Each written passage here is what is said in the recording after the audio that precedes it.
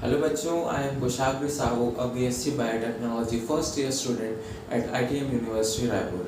बचपन से I used to think about how cell works, how biology works.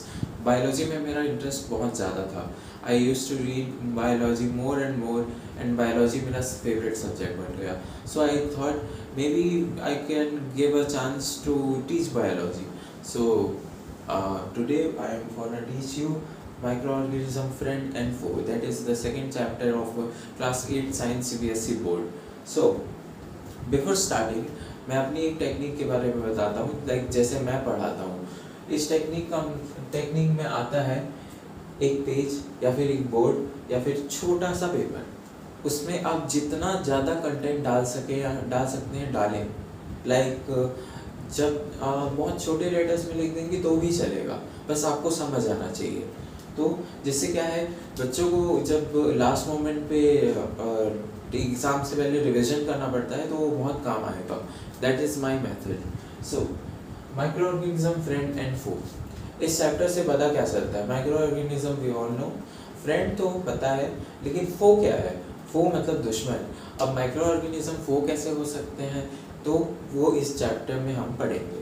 पहले हम सभी ने लिविंग ऑर्गेनिज्म तो देखा ही होगा, जैसे कि हम आसपास अपने प्लांट्स देखते हैं, एनिमल्स देखते हैं, ये सब हमें कुछ प्रोवाइड करते हैं, फ्रूट प्रोवाइड करते हैं।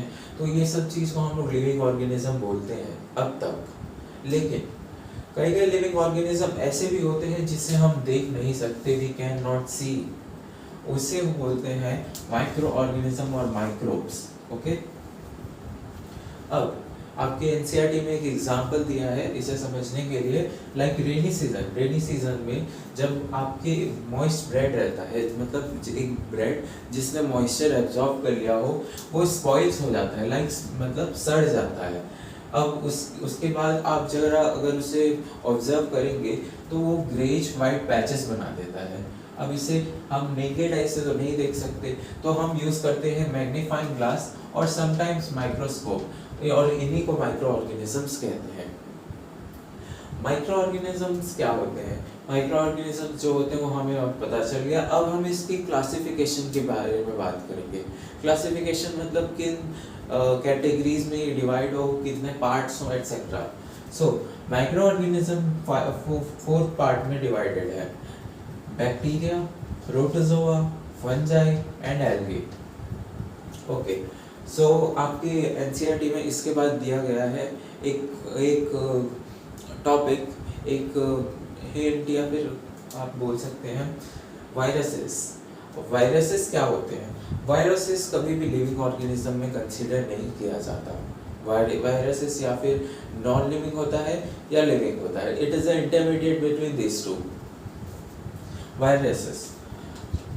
वायरसेस को माइक्रो ऑर्गेनिज्म इसलिए कंसिडर किया जाता है just because they reproduce only in living organism. मतलब वायरसेस के पास इतनी एबिलिटी नहीं रहती कि वो अपने आप को रेप्लिकेट कर ले, रिप्रोड्यूस कर ले, वो एक होस्ट ऑर्गेनिज्म को यूज करता है।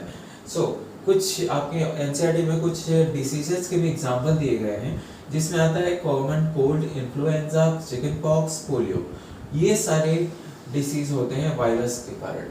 और दो या हाँ 4 एग्जाम्पल और दिए हैं आपके एनसीईआरटी में, जिसमें एक आता है पोलियो और दूसरा आता है डायसेंट्री। अब पोलियो, डायसेंट्री और मलेरिया होते हैं प्रोटोजोआ के कारण, और टाइफाइड टीबी होता है बैक्टीरिया के कारण। अब ये तो वो बात हो गई उनकी डिसीजेस के बारे में। अब ये माइक्रो ऑर्गेनिज्म आखिर मिलते कहाँ हैं? सोचने वाली बात है। माइक्रो ऑर्गेनिज्म को हम देख तो सकते नहीं बिना नेकेड आई से, तो हमें ये पता कैसे चलेगा कि ये रहते कहाँ हैं? सो माइक्रो ऑर्गेनिज्म रहते हैं सिंगल सेल, और इसे बोल सकते हैं यूनिसेल्यूलर, मतलब एक सेल से बना हुआ, या फिर मल्टीसेल्यूलर। अब ये कहाँ होते हैं? Where do they live? They live everywhere, हर जगह होते हैं, हर जगह। यहाँ तक कि आपके हॉट स्प्रिंग्स में, जहाँ इतना हाई टेम्परेचर है लेकिन फिर भी उसको टॉलरेट करके माइक्रो ऑर्गेनिज्म रहते ही है। और deserts we all know, sunlight में कितना है आइस कोल्ड क्लाइमेट में भी रहते हैं, मतलब वो इतने टॉलरेट कर सकते हैं कि उनको इतने लो टेम्परेचर में भी उनको कोई कुछ नहीं बिगाड़ सकता।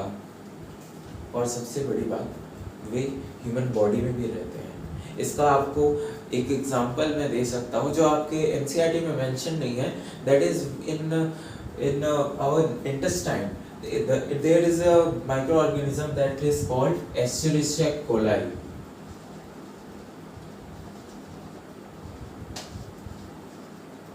We will learn about this in further classes, further studies.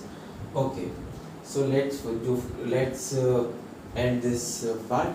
Thank you so much, and do consider me as your new biology educator, so that I can make your topics crystal clear.